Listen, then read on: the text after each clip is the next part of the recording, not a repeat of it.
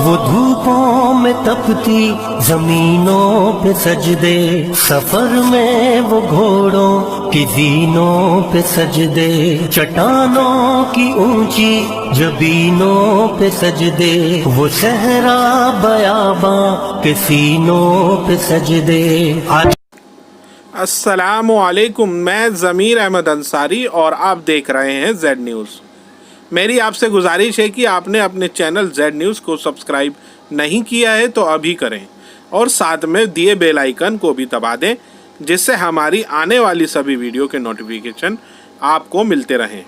شکریہ۔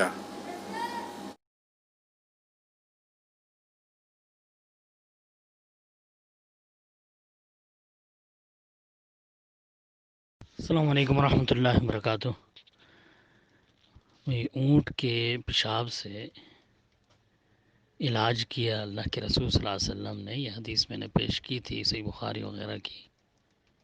حدیث بالکل صحیح ہے، واقعہ بھی صحیح ہے، اس کے باوجود آپ یہ کہہ رہے ہیں کہ میرا دل دماغ گوارا نہیں کر رہا، قبول نہیں کر رہا اس بات کو، تو یہ ایمان کی بڑی کمزوری ہے۔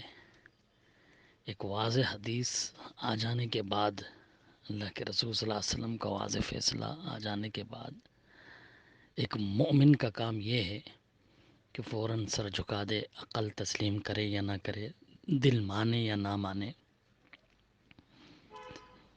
سچے دل سے تسلیم کر لینا، یہی ایک مومن کی شان ہے۔ اللہ کے رسول صلی اللہ علیہ وسلم کی اتباع ہر حالت میں مومنین پر ضروری قرار دی گئی ہے۔ اللہ تعالیٰ نے تو قرآن میں یہاں تک فرما دیا کہ وَمَا كَانَ لِمُؤْمِنٍ وَلَا مُؤْمِنَةٍ إِذَا قَضَى اللَّهُ وَرَسُولُهُ أَمْرًا أَن يَكُونَ لَهُمُ الْخِيَرَةُ مِنْ أَمْرِهِمْ وَمَن يَعْصِ اللَّهَ وَرَسُولَهُ فَقَدْ ضَلَّ ضَلَالًا مُبِينًا، کہ کسی بھی مومن مرد اور کسی بھی مومنہ عورت کے لیے یہ جائز ہی نہیں ہے، یہ حلال ہی نہیں ہے کہ رسول کا فرمان سننے کے بعد پھر اپنی نفسی خواہشات کو، اپنے دل و دماغ کو، اپنی عقل کو دخل دے، اپنے مرضی کے مطابق چلے۔ رسول کا فرمان سننے کے بعد یہ حلال ہی نہیں ہے مومنین کے لیے۔ بلکہ ایک مقام پر تو بڑے سخت الفاظ میں اللہ تعالیٰ نے فرما دیا فَلَا وَرَبِّكَ لَا يُؤْمِنُونَ حَتَّى يُحَكِّمُوكَ فِي مَا شَجَرَ بَيْنَهُمْ ثُمَّ لَا يَجِدُوا فِي أَنفُسِهِمْ حَرَجًا مِّمَّا قَضَيْتَ وَيُسَلِّمُوا تَسْلِيمًا،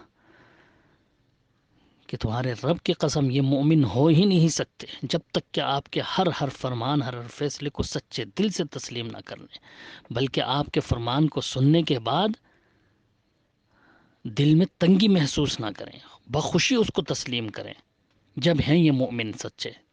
قسم کھا کے کہہ رہا ہے اللہ تعالیٰ اس چیز کو۔ مومن تو صحیح معنوں میں وہ ہے جو اللہ کے رسول صلی اللہ علیہ وسلم کا کوئی بھی فرمان سنتے ہی فوراً تسلیم کر لے، اس کی عقل تسلیم کرے یا نہ کرے، دل و دماغ میں بات آئے یا نہ آئے، اس کو مان لے، اسی کو حق اور صحیح جانے۔ یہ صحیح روایت ہے، اللہ کے رسول صلی اللہ علیہ وسلم نے باقاعدہ مدینے میں جو لوگ آئے تھے، ایک قافلے والے، ایک قبیلے والے، تو ان کو بیماری ہو جانے کی بنا پر اللہ کے رسول صلی اللہ علیہ وسلم نے ان کو کہا کہ جاؤ فلاں مقام پر جو ہے ہمارے بیت المال کے اونٹ جو ہے چل رہے ہیں، وہاں جاؤ اور اونٹ کے دودھ اور پیشاب سے علاج کرو، بس یہی ملتا ہے اس پر۔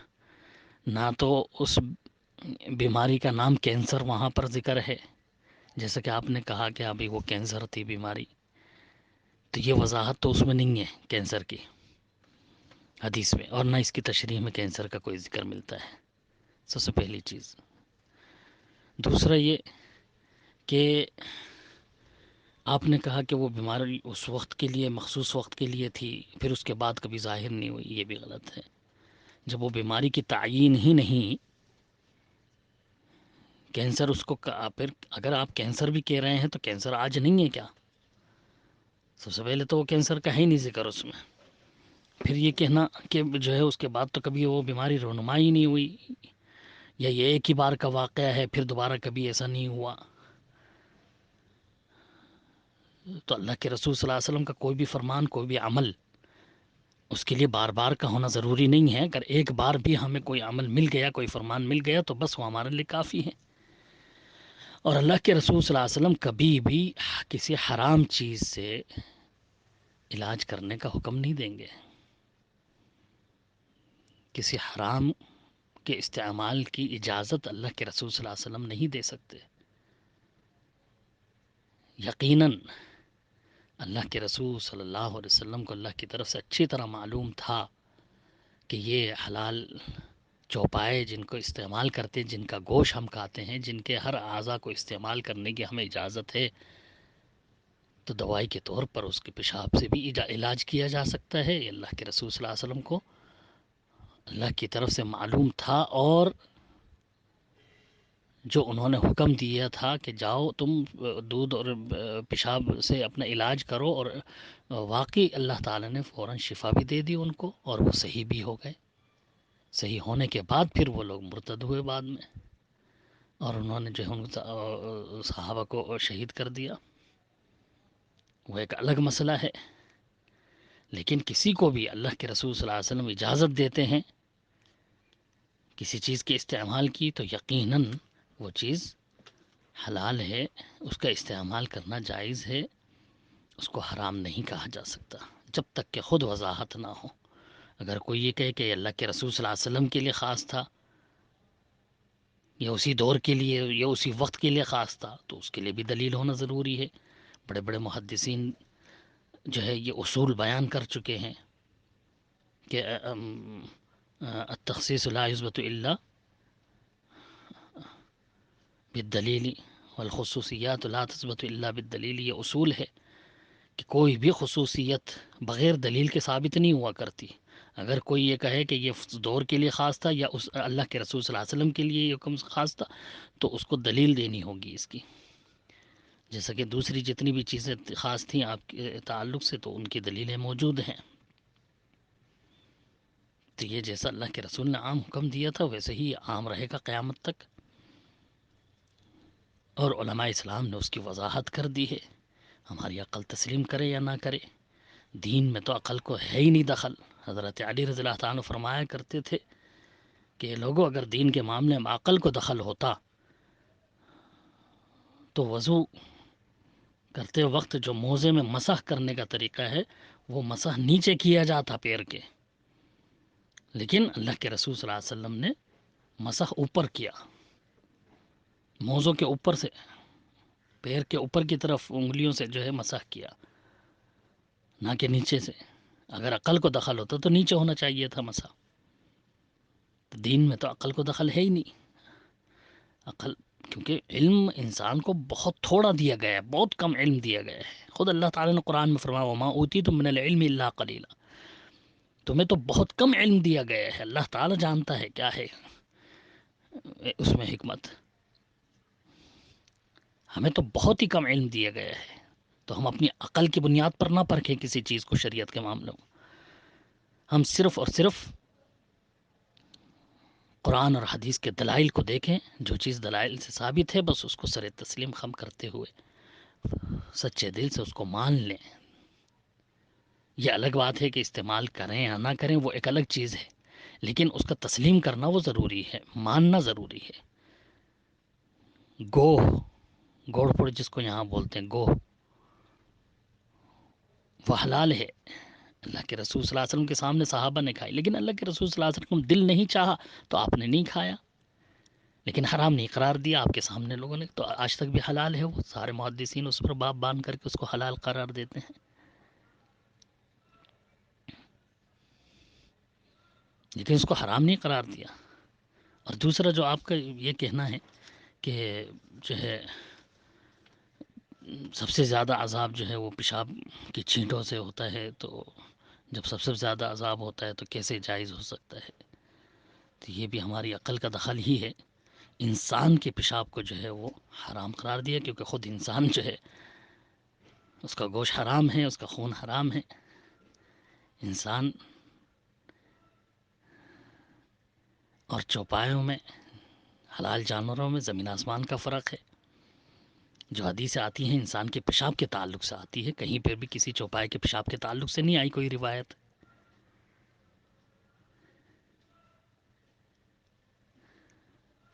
بکری کے باڑے میں جہاں بکریاں بندی ہوتی ہیں وہاں نماز پڑھنا جائز ہے، حدیث ہے اس کے تعلق سے، جبکہ وہیں جو ہے وہ بکریاں پیشاب بھی کر رہی ہوتی ہیں اور اسی جگہ جو ہے مینگنیاں بھی کر رہی ہوتی ہیں۔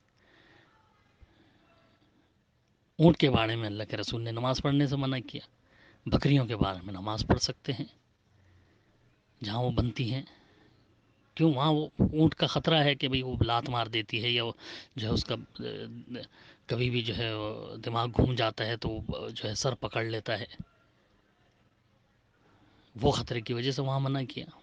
یہاں پر کوئی ایسا خطرہ نہیں بکریوں میں، وہاں بھلے مینگلیاں پڑی ہوئی ہوں وہاں بھی نماز پڑھ سکتے ہیں، یہ اللہ کے رسول صلی اللہ علیہ وسلم کی حدیث ہے۔ ہم عقل کی بنیاد پر نہ پرکھیں کسی بھی چیز کو، جب اس کا گوشت کھا سکتے ہیں، اس کی ہر چیز ہمارے لیے حلال قرار دی گئی ہے، تو جو جو چیزیں ثابت ہیں حدیث سے اس کا استعمال بالکل جائز ہے۔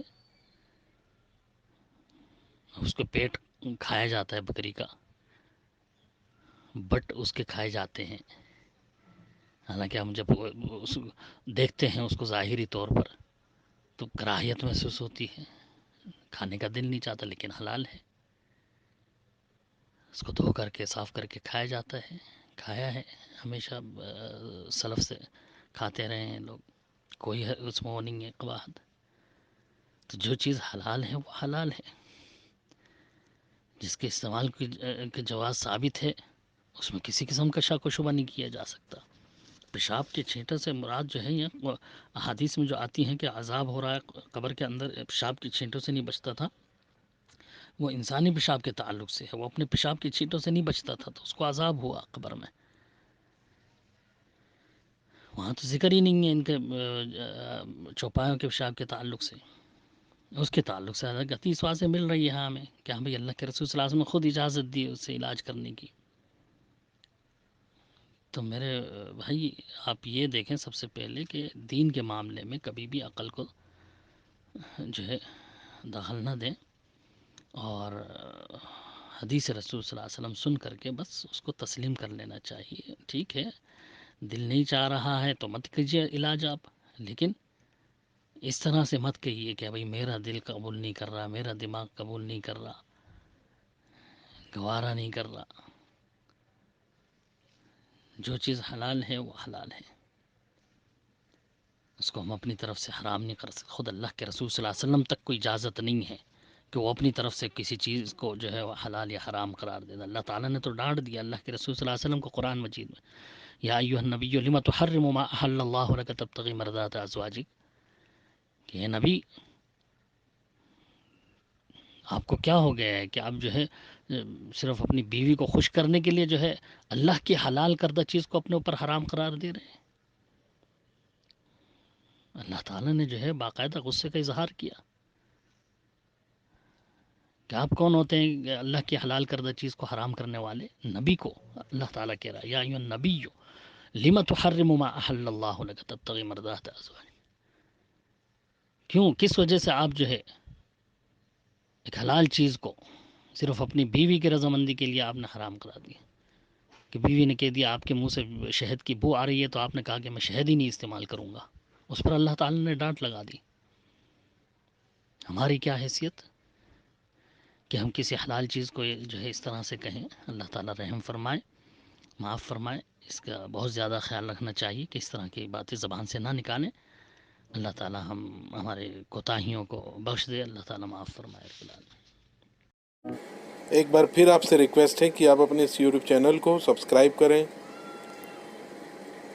لائک اینڈ شیئر ضرور کریں۔ شکریہ۔